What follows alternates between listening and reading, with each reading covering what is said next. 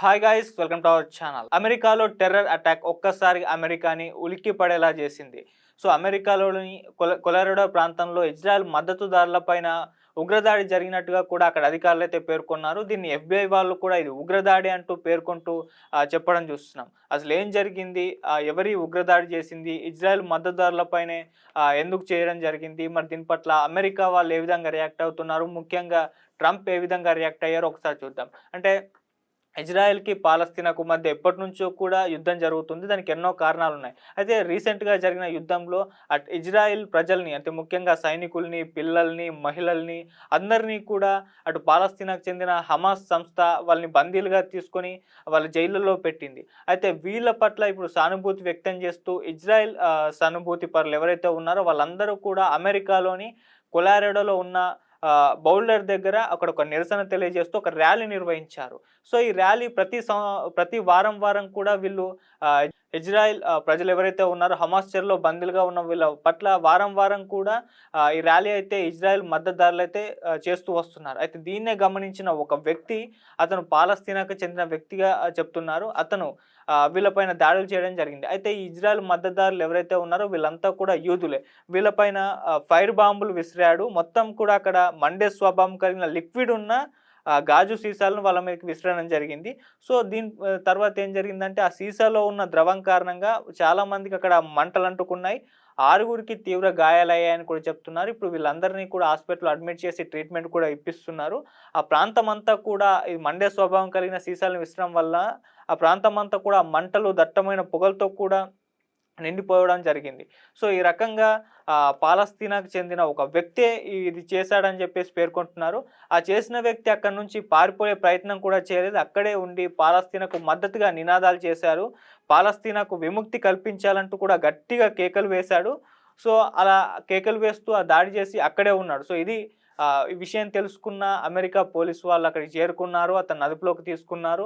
అక్కడ ప్రాంతమంతా అబ్జర్వ్ చేసి ఈ దాడిలో గాయపడ్డ వాళ్ళందరినీ కూడా హాస్పిటల్‌లో జాయిన్ చేసి ట్రీట్మెంట్ అయితే ఇస్తున్నారు. అసలు ఎవరి వ్యక్తి, ఎందుకు చేశాడని చెప్పేసి ఎంక్వైరీ అయితే జరుగుతుంది.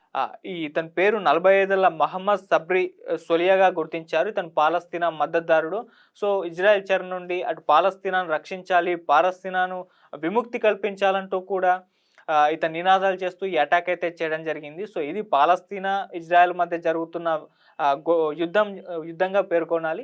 సో ఈ 2 దేశాల మధ్య ఎప్పటినుంచో యుద్ధం జరుగుతుంది కాబట్టి ఇక్కడికి సంబంధించి వీళ్ళు నష్టపోయారు, వీళ్ళు నష్టపోయారు. సో ఆ నేపథ్యంలోనే అటు పాలస్తీనాలోని హమాస్ వాళ్ళు ఇజ్రాయెల్ పీపుల్స్‌ని బందీలుగా తీసుకున్నారు.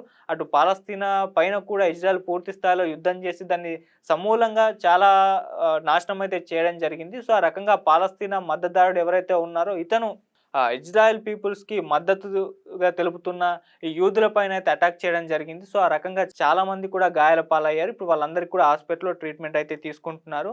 సో ఇప్పుడు దీని పట్ల అమెరికా వ్యాప్తంగా కూడా నిరసనలు వ్యక్తమవుతున్నాయి. విమర్శలు కూడా వస్తున్నాయి. ఇది ఉగ్రదాడి అంటూ ఎఫ్బిఐ డైరెక్టర్ కాష్ పటేల్ కూడా ప్రకటించడం జరిగింది.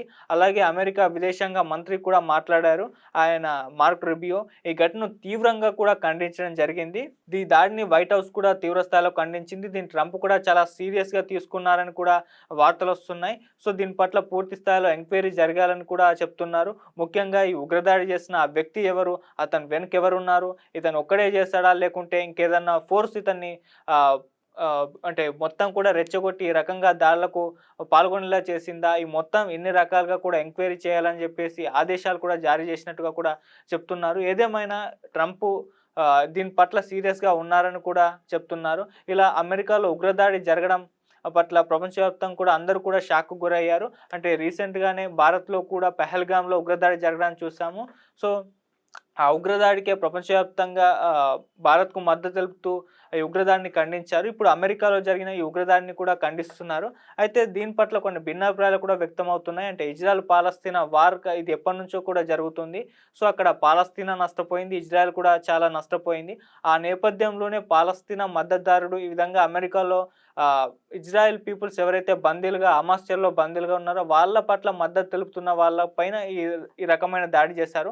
అంటే అతను కూడా ఈ ఇజ్రాయెల్, పాలస్తీనా మధ్య జరుగుతున్న యుద్ధాన్ని ఆపాలని కోరుకుంటున్నట్టుగా చెప్పారు.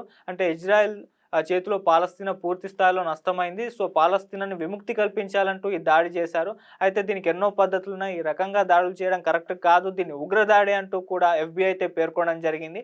సో, ఇప్పుడు అతని వెనుక ఎవరున్నారు? ఎవరు చేయించారు? అని చెప్పేసి ఆ రకంగా అయితే ఎంక్వైరీ జరుగుతుంది.